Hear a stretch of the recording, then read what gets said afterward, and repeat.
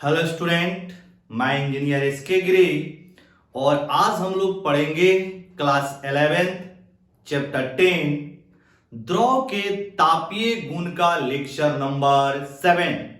और आज का जो मेरा टॉपिक है वो है ऊष्मामिति या कैलोरीमिति का सिद्धांत। इसको इंग्लिश में प्रिंसिपल ऑफ कैलोरीमेट्री कहा जाता है। तो चलिए हम लोग क्लास स्टार्ट करते हैं। ये समझते हैं कैलोरीमिति या ऊष्मामिति का सिद्धांत होता क्या है। सबसे पहले हमने दो वस्तु ली, दो वस्तु, यह है आपका वस्तु नंबर 1 और यह है वस्तु नंबर 2। दोनों वस्तुओं की जो तापमान है वो अलग अलग है। जैसे पहले वस्तु का तापमान T1 है और दूसरे वस्तु का तापमान T2 है। मान लिया कि जो पहली वस्तु है उसका तापमान दूसरे वस्तु से ज्यादा है, मतलब T1 जो है वो T2 से बड़ा है। एग्जाम्पल, जो पहली वस्तु है उसको हमने गर्म जल ले लिया और जो दूसरी वस्तु है उसको हमने ठंडा जल ले लिया। ठीक है, गर्म जल की जो तापमान होगी वह ठंडे जल के तापमान से ज्यादा होगा। अब क्या किया, दोनों वस्तु को एक दूसरे के संपर्क में रखा। तो जैसे एक दूसरे के संपर्क में रखेंगे तो गर्म जल से उष्मा का स्थानांतरण ठंडा जल में होने लगेगा, क्योंकि हम जानते हैं कि उष्मा का स्थानांतरण उच्च ताप से निम्न ताप की ओर होती है।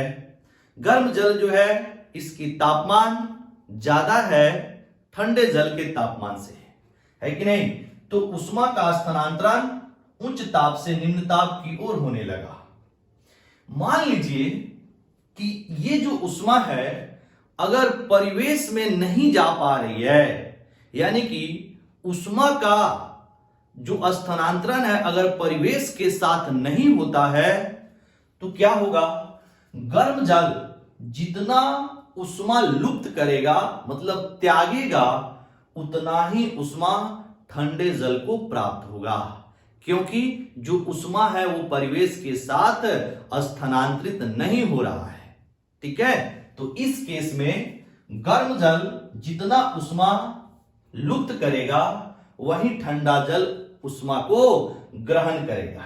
यानी कि अगर हम लोग प्रिंसिपल ऑफ कैलोरीमेट्री को समझे, यानी कि ऊष्मामिति के सिद्धांत को समझे, तो क्या बोलती है ऊष्मामिति का सिद्धांत। अगर यहां पे लिखे हम लोग तो क्या होगा, जब कोई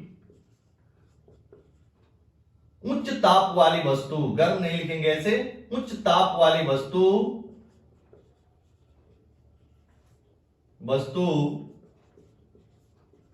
कोमा निम्न ताप वाली वस्तु के संपर्क में रखा जाता है तो उच्च ताप से निम्न ताप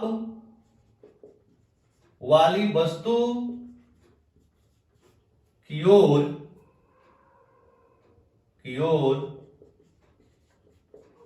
उष्मा का स्थानांतरण होने लगता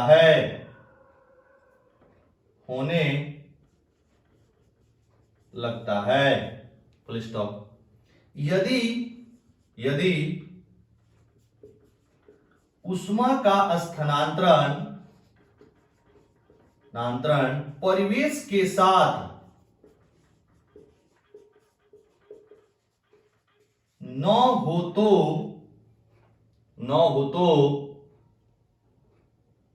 गर्म वस्तु के द्वारा या उच्च ताप वाली वस्तु के द्वारा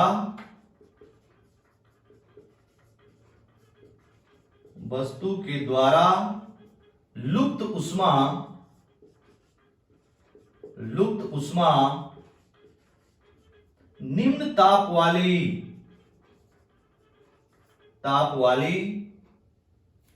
वस्तु के द्वारा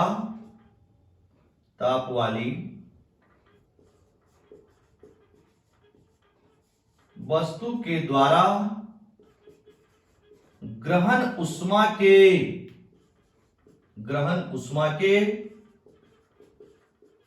बराबर होता है। इसे ऊष्मामिति का सिद्धांत कहा जाता है। ऊष्मामिति का सिद्धांत कहा जाता है। ठीक है, अब देखिएगा, ये ऊष्मा कब तक स्थानांतरित होगी? जब तक कि दोनों वस्तुओं का तापमान आपस में बराबर न हो जाए। जैसे ये जो उच्च ताप वाली वस्तु है, ये ऊष्मा त्याग करेगी और निम्न ताप वाली वस्तु ऊष्मा ग्रहण करेगी। ये ऊष्मा का स्थानांतरण कब तक होगा? जब तक कि दोनों वस्तुओं का तापमान आपस में बराबर ना हो जाए। जब दोनों वस्तुओं का तापमान आपस में बराबर हो जाता है तो इसको बोलते हैं स्टेडी स्टेट आ गया है कि नहीं? तो ये चीज आपका दोनों का तापमान जब तक बराबर नहीं होगा तब तक उच्च ताप वाले वस्तु से निम्न ताप वाले वस्तु की ओर ऊष्मा का स्थानांतरण होते रहेगा। ठीक है, और ये ध्यान रखना है कि प्रिंसिपल ऑफ कैलोरीमेट्री यानी ऊष्मामिति का सिद्धांत तभी लागू होता है जब ऊष्मा का स्थानांतरण परिवेश में ना हो। ठीक है, इसको ध्यान रखना है। अगर इसको हम लोग अगर सिंपल भाषा में लिखें तो क्या हो जाएगी कि गर्म वस्तु के द्वारा जो लुप्त ऊष्मा होती है, लुप्त ऊष्मा जो गर्म वस्तु के द्वारा लुप्त ऊष्मा होती है वह ठंडे वस्तु के द्वारा ऊष्मा लब्धि के बराबर होता है। यानी ऊष्मा जो लब्धि होता है उसी को बोलते हैं ऊष्मा ग्रहण की गई। ठीक है, इसको इंग्लिश में बोलते हैं heat lost is equal to heat gain. Heat loss is equal to heat gain. और हीट लॉस कौन करेगा? तो जिसकी तापमान ज्यादा होगी। तो लुप्त ऊष्मा किसके द्वारा होगा? गर्म वस्तु के द्वारा या उच्च ताप वाली वस्तु के द्वारा। उच्च ताप वाली वस्तु के द्वारा। और ये ऊष्मा लब्धि किसके द्वारा होगा? तो निम्न ताप वाली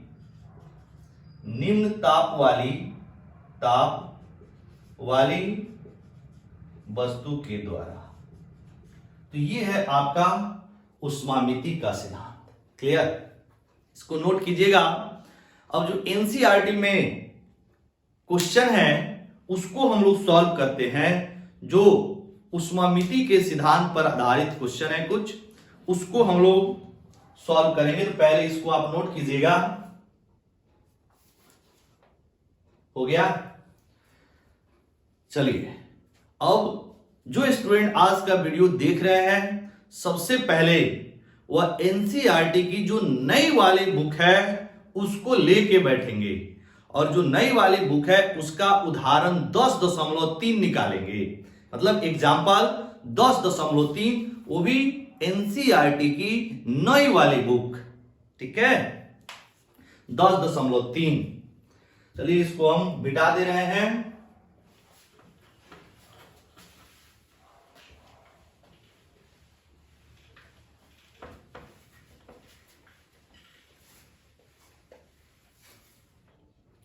और एनसीईआरटी न्यू बुक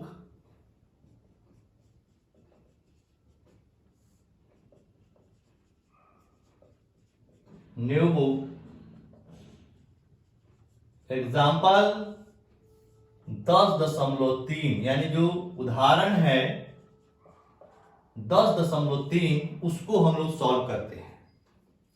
मेरे पास एनसीईआरटी की नई वाली बुक है और क्वेश्चन उदाहरण 10.3 हम पढ़ रहे हैं। क्वेश्चन है कि 0.047 केजी द्रव्यमान के किसी एल्युमिनियम के गोले को काफी समय के लिए उबलते जल में भरे बर्तन में रखा गया है ताकि गोले का ताप 100 डिग्री सेल्सियस हो जाए। इसके पश्चात गोले को तुरंत 0.14 केजी द्रव्यमान के तांबे के उष्मामापी जिसमें 20 डिग्री सेल्सियस का 0.25 केजी जल भरा है में स्थानांतरित किया जाता है। जल के ताप में वृद्धि होती है तथा यह 23 डिग्री सेल्सियस पर अस्थायी अवस्था ग्रहण कर लेता है। एल्युमिनियम की विशिष्ट ऊष्माधारिता परिकलित कीजिए। ठीक है, तो ये है आपका क्वेश्चन 10.3। ठीक है, अब देखिएगा इसमें एक वर्ड जो लिखा है वो क्या है, अस्थायी अवस्था। इसको इंग्लिश में हमने आपको बोला था स्टेडी स्टेट। स्टेडी स्टेट का हिंदी होता है अस्थायी अवस्था। अस्थायी अवस्था का मतलब क्या होता है कि ऊष्मा का स्थानांतरण रुक चुका है, मतलब दोनों वस्तुओं की तापमान समान हो चुका है। क्लियर, तो ये है। अब देखिए जो गिवन है उसको हम यहां पर लिख रहे हैं। ठीक है, एल्युमिनियम का मास दिया हुआ है, मास ऑफ एल्युमिनियम दिया हुआ है 0.047 केजी। साथ ही साथ एल्युमिनियम का जो आपका तापमान है T1 वो कितना है, तो 100 डिग्री सेल्सियस। यानी शुरू में जो आपका मान लीजिए यहां पे एल्युमिनियम है, एल्युमिनियम का गोला है जो कि ऐसे ये उबलते हुए आपके जल में रखा गया है जिसका तापमान कितना है 100 डिग्री सेल्सियस है। ये है आपका एल्युमिनियम का गोला, है ना, मास दिया हुआ है। अब हमसे इसके पूछ क्या रहा है, एल्युमिनियम का विशिष्ट ऊष्माधारिता सी एल्युमिनियम हमसे पूछ रहा है। क्लियर, अब देखना यहां पे बोल रहा है कि ये जो आपका एक ऊष्मा मिति है किसका बना हुआ है, कॉपर का बना हुआ है, Cu का बना हुआ है, और जो मास है कॉपर का वो दिया हुआ है, कितना दिया हुआ है, तो 0.14 केजी ये दिया है। उसके बाद इसकी जो ताप, इसमें जल रखा हुआ है, इस उष्मामापी में क्या रखा हुआ है बाबू, जल रखा हुआ है, और जल का जो मास दिया है, मास का हिंदी द्रव्यमान, जल का यानी इसको यहां पर जल लिखा, H2O भी बोल सकते हैं, यहां पर चलो सिंबल के साथ ही हम लिख रहे हैं H2O बोल दिया जल के लिए। क्या इसके अंदर H2O यानी जल है। ठीक है, इसका द्रव्यमान दिया है 0.25 केजी, 25 केजी। ठीक है,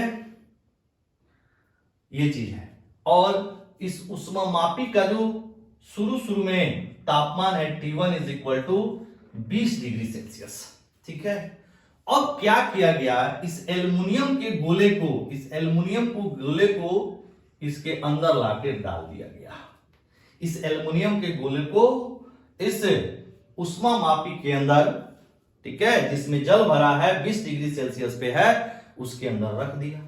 अब क्या होगा, क्योंकि एल्युमिनियम के गोले का तापमान क्या है 100 डिग्री सेल्सियस है, और ये आपका आ गया 20 डिग्री सेल्सियस में, तो एल्युमिनियम का गोला जो है वह तापमान इसकी कम होगी, मतलब एल्युमिनियम का गोला का तापमान कम होने का मतलब है ये उष्मा का त्याग करेगा, और जो इसके अंदर की जल है यानी कि उष्मामापी के अंदर का जल है, इसका तापमान बोल रहा है कि आपका पहुंच गया फाइनल, जब इसके अंदर डाला तो इसकी तापमान बढ़ गई T2 23 डिग्री सेल्सियस, यानी उष्मामिति के अंदर की जो जल है उसकी तापमान बढ़ गई।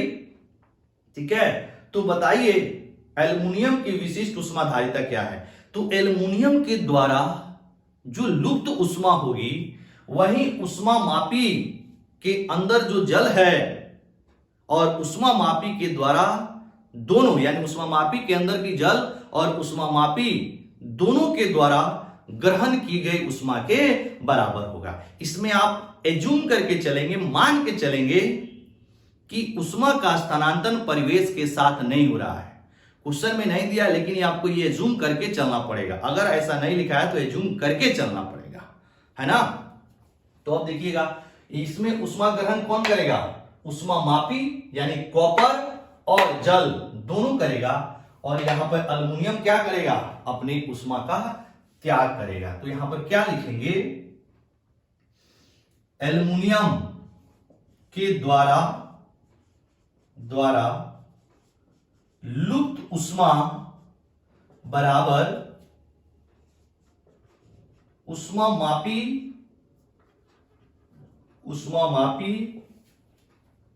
जिसमें जल भरा है, उष्मामापी और जल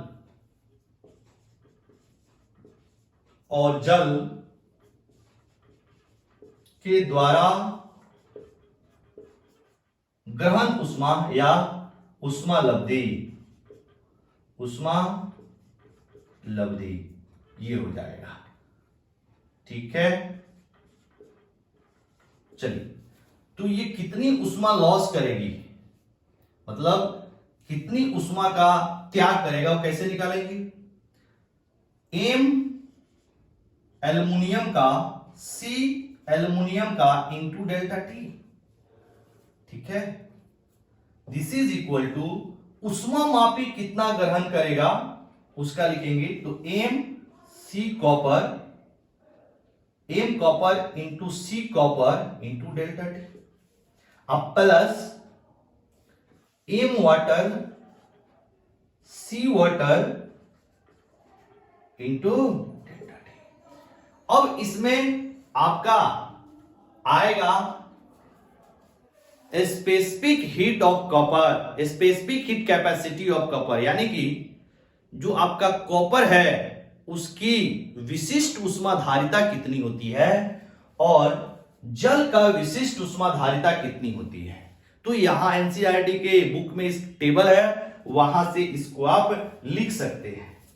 तो यहां पे हम लिख रहे हैं सी कॉपर के लिए, यानी कि विशिष्ट उष्माधारिता कॉपर के लिए जो होता है, इसका मान 0.386 इंटू 10⁻³ जूल पर केजी पर डिग्री सेल्सियस। सी वाटर के लिए जो होता है वह 4.18 गुना 10⁻³ जूल पर केजी पर डिग्री सेल्सियस। अब इस टेबल का हम लोग मतलब ये जो वैल्यू है, डेटा है, इसका हम लोग यहां इस्तेमाल करेंगे। अब देखिएगा, ये दिया हुआ है 0.047 इंटू सी एल्युमिनियम, यानी कि एल्युमिनियम का विशिष्ट उष्माधारिता, ये हमें निकालना है।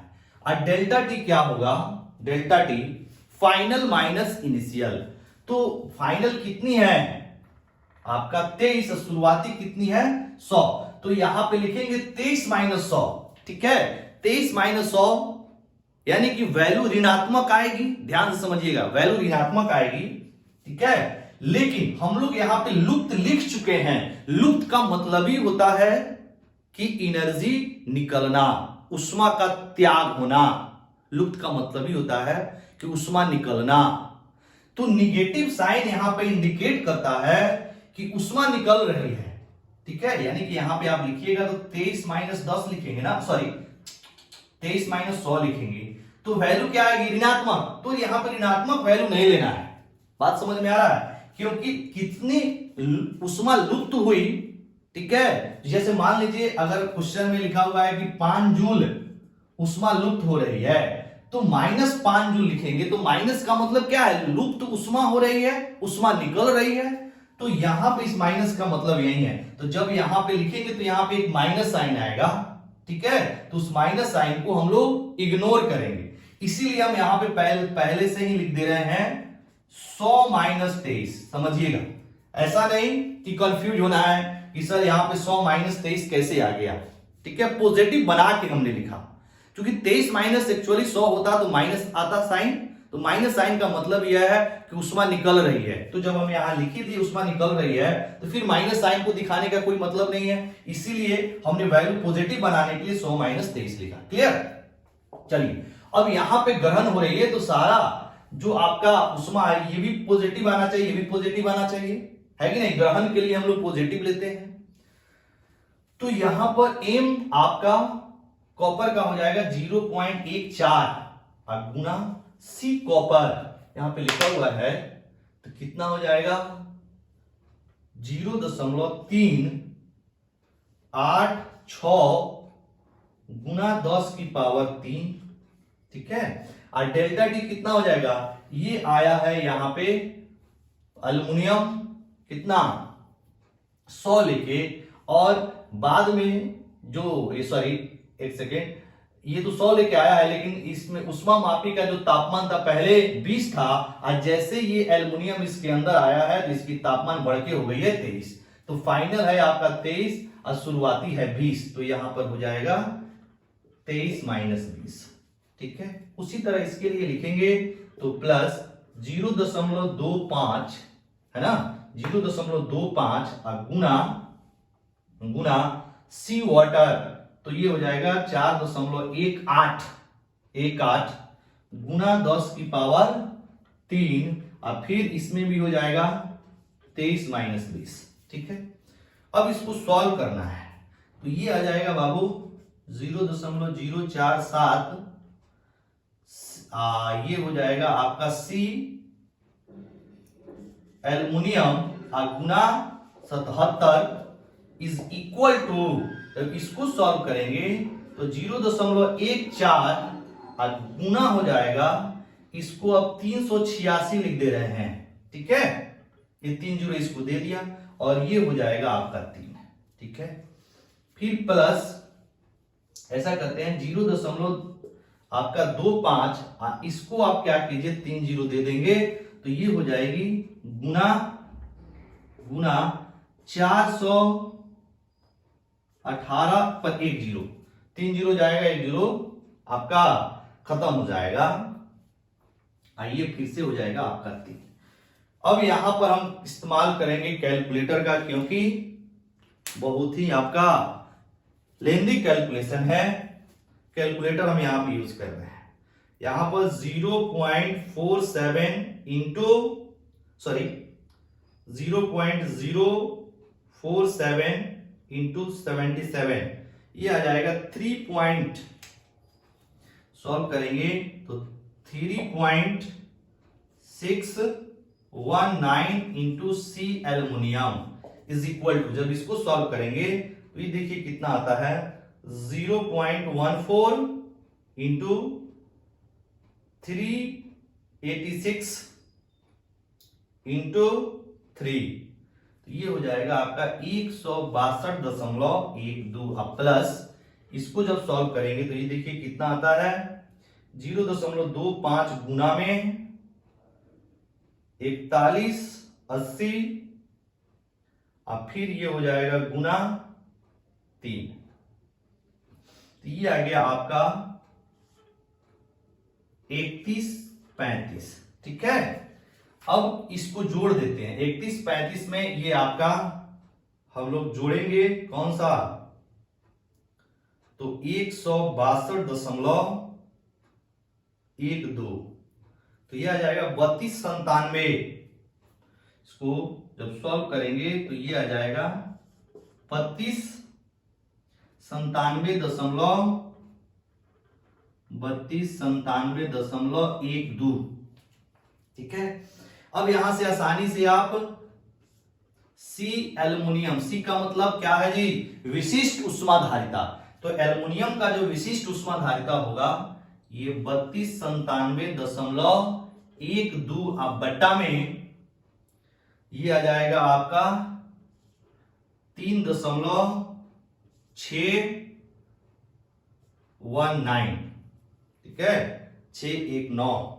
चलिए इसको भाग करते हैं, भागा 3.619 6 1 9। तो ये सॉल्व करने के बाद ये आ जाएगा 911.05। ठीक है, यूनिट क्या होगी बाबू? तो यूनिट हो जाएगा जूल पर केजी पर डिग्री सेल्सियस। अगर आप चाहें तो इसको लिखने के लिए डेसिमल को आप यहां पे लाके भी लिख सकते हैं। तो ये वैल्यू हो जाएगी 0.911 इंटू 10⁻³ जूल पर केजी पर डिग्री सेल्सियस। तो ऐसे 10⁻³ के टर्म में भी लिखा जा सकता है इस वैल्यू को। ठीक है, तो इस तरह करके आप एल्युमिनियम की जो विशिष्ट ऊष्माधारिता है वो आप निकाल सकते हैं। यानी कि जैसे आप एल्युमिनियम के गोले को गर्म करके यानी 100 डिग्री सेल्सियस बनाकर इस ऊष्मामापी जिसकी शुरुआती तापमान 20 डिग्री सेल्सियस है और इस ऊष्मामापी में जो जल रखा है उसका भी शुरुआती तापमान 20 डिग्री सेल्सियस ही होगा क्योंकि दोनों एक साथ है। जैसे वो 100 डिग्री सेल्सियस वाला एल्युमिनियम का गोला रखा गया तो इसकी तापमान कितनी हो गई?